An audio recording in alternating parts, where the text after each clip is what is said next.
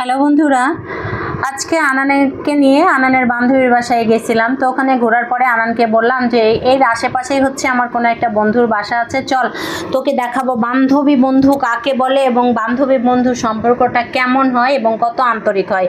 অর্থাৎ এখনকার যুগের বাচ্চাদের মধ্যে না আন্তরিকতার বড় অভাব। আমরা যেখানে গিয়েছিলাম আনানের বন্ধুর বাসায়, আনানের বান্ধবীর বাসায় যাওয়ার পরে তার বান্ধবী আমাদেরকে বসায় রেখে রেডি হতে গেছে, তো গেছে আর আসে না। তাই জন্যই আমি ওই কথাটা ওকে বলেছিলাম যে আমার বন্ধুর বাসায় চল, বন্ধু কাকে বলে দেখা যাক। পরবর্তীতে আমাদের বিএসসি লাইফের যে বন্ধু ফারুককে ফোন দিলাম। ফোন দেওয়ার পরে বললাম যে দোস্ত তুই কোথায় আছিস, তোর বাসার আশেপাশেই আছি, ঠিকানা দে। অর্থাৎ সেই যে গ্র্যাজুয়েশন লাইফে গিয়েছিলাম তারপর কিন্তু আর যাওয়া হয় নাই। তো এই জায়গাটাতে ফারুক আমাদের জন্য অপেক্ষা করতেছে। আল্লাহ, আমি তো ফারুককে দেখে অবাক। ফারুক তুই বুড়া হয়ে গেছিস, তোর চুল পড়ে গেছে। স্টুডেন্ট লাইফে ওর চুল এমনিতেই কম ছিল, আর সবচেয়ে ভদ্র শান্ত শিষ্ট হচ্ছে ফারুক। এত ভালো, তোর সাথে আমার বরের পরিচয় করাই দিলাম। পরিচয় করানোর পরে ও তো মহা খুশি আমাদের দেখে, আমাকে, বড়পাকে এবং বড়পার বাচ্চাদেরকে সবাইকেও আদর করতেছে। ও তো মানে ফারুক বিশ্বাসই করতে পারে নাই যে আমাদের সাথে দেখা হবে। যদিও ফারুকও কিন্তু ঢাকাতে থাকে, ও সাভারে থাকে আর আমি গাজীপুরে থাকি, কিন্তু দেখা নেই। সেদিন আসলে আমাদের ভাগ্যেই ছিল যে ওর সাথে আমাদের দেখা হবে। তো আমরা সবাই মিলে এখন ফারুকের বাসায় যাব সারপ্রাইজ দিতে খালাম্মাকে, যে খালাম্মা আসলে আমাদেরকে চেনে কিনা।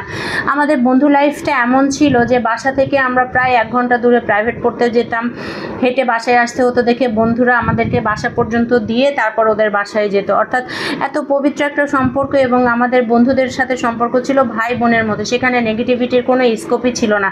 কিন্তু এখনকার বাচ্চাদের না সাহসী হয় না যে ওর বন্ধুর বাসায়, বান্ধবীর বাসায় ছেড়ে দিতে। যেমন আনানকে আমরা কিছুতেই কারোর বাসায় যেতে দেই না। যদি কারোর বাসায় যাওয়ার প্রয়োজন হয় মেয়েকে আমরা নিয়ে যাই। এটা হচ্ছে খালাম্মা যদি আমাকে দেখে চিনতে পারছে আমি ভাবতেই পারি না। আমি তো 52 কেজি ওজনের একটা টিংটিঙা পাতলা শরীর ছিল, এখন তো মোটা হয়ে গেছি, হাতের মতো হয়ে গেছি।